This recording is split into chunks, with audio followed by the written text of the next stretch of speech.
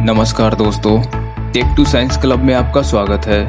मैं हूं इंद्रजीत और आज हम जानेंगे कि क्या सच में चाइना के वुहान लैब में कोरोना वायरस ने जन्म लिया था। तो चलिए आगे बढ़ते हैं।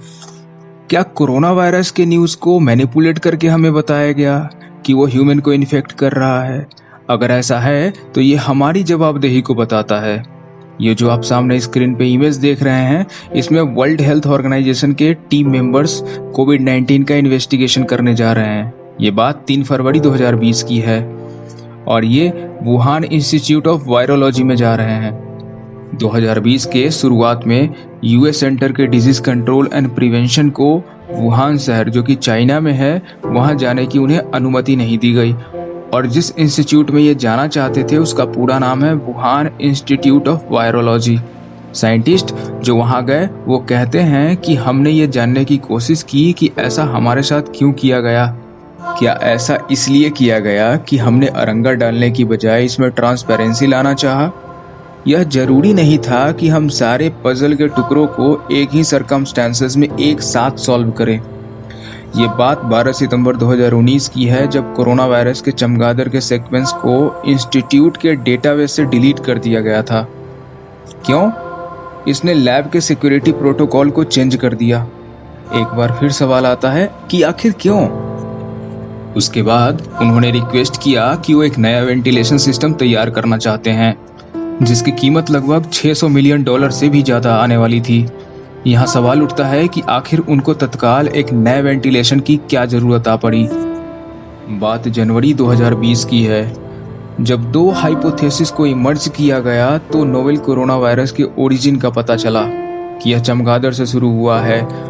फिर वुहान शहर में ह्यूमन को इन्फेक्ट करने से पहले यह जानवरों में फैलना शुरू हुआ। वुहान में एक बाजार है जिसका नाम है वेट मार्केट। यहाँ जंगली जानवरों के मीट को बेचा जाता है। यह वेट मार्केट की कहानी चाइनीज सीडीसी मतलब centre for disease control and prevention और वर्ल्ड हेल्थ ऑर्गेनाइजेशन के द्वारा बताया गया।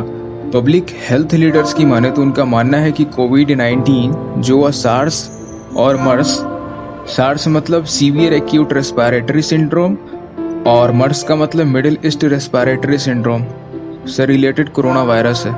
यहाँ मैं आपको सार्स और मर्स के बारे में बताना चाहूँगा।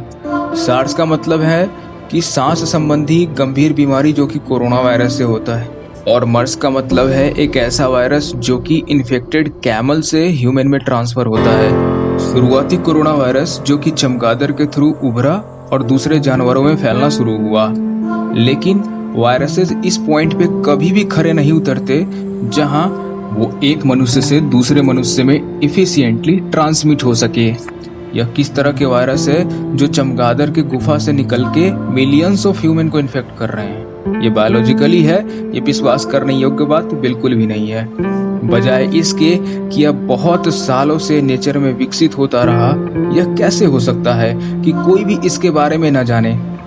एक रिसर्च की लैब थ्योरी के अनुमान के मुताबिक सार्स कोविड-2 एक नया कोरोना वायरस जो कि पहली बार चाइना में विकसित हुआ, उसे एक नया ऑफिशियल नाम सार्स कोविड-2 दिया गया। के थ्योरी को या तो मैनिपुलेट किया गया या मनगढ़ंत तरीके से ह्यूमन को इन्फेक्ट करके बताया गया। इमेजिन करिए कि कुछ वायरसेस को ह्यूमनाइज्ड माइस पे टेस्ट करके देखा जा रहा है। यहाँ ह्यूमनाइज्ड माइस का मतलब है ह्यूमन टिश्यू और उसके इम्यून सेल्स को माइस पे बायोलॉजिकल तरीके से जोड़ कर देखा जा रहा है और उसकी क्षमता को टेस्ट किया जा रहा है कि वो ह्यूमन टिश्यू को इन्फेक्ट कर रहा है कि नहीं। इसी बीच बढ़ते हुए शरीर में वायरस का बढ़ना एक सर्कमस्टेंशियल एविडेंस को जन्म देता है जो कि लैब लीक थ्योरी को सपोर्ट करता है। इसके अलावा जो यूएस स्टेट डिपार्टमेंट के द्वारा इंफॉर्मेशन को रिपोर्ट किया गया कि वुहान लैब में जो एम्प्लॉइज काम कर रहे थे वो अचानक बीमार पड़ने लगे, जो बिल्कुल कोविड के सिम्टम से मिलता जुलता है, और ऐसा 2019 के आखिर में हुआ था। हो सकता है कि आने वाले महीनों में हमें एक अलग तरह के वेरिएंट देखने को मिले जो कि डेल्टा वेरिएंट से भी ज़्यादा संक्रामक है, जो कि लोगों को और भी बीमार करे, और वर्स्ट के सिनेरियो में यह भी हो सकता है कि वैक्सीन का इस पर कोई असर ही ना हो। तो दोस्तों, इसी के साथ मैं इस टॉपिक को यहाँ पर समाप्त करता हूँ। नेक्स्ट वीडियो में एक नए टॉपिक के साथ मिलेंगे। तब तक आप अपना और अपने परिवार का ख्याल रखें और मास्क लगाना ना भूलें। हैंड सैनिटाइजर का यूज करते रहें और सोशल डिस्टेंसिंग का पालन जरूर करें। धन्यवाद।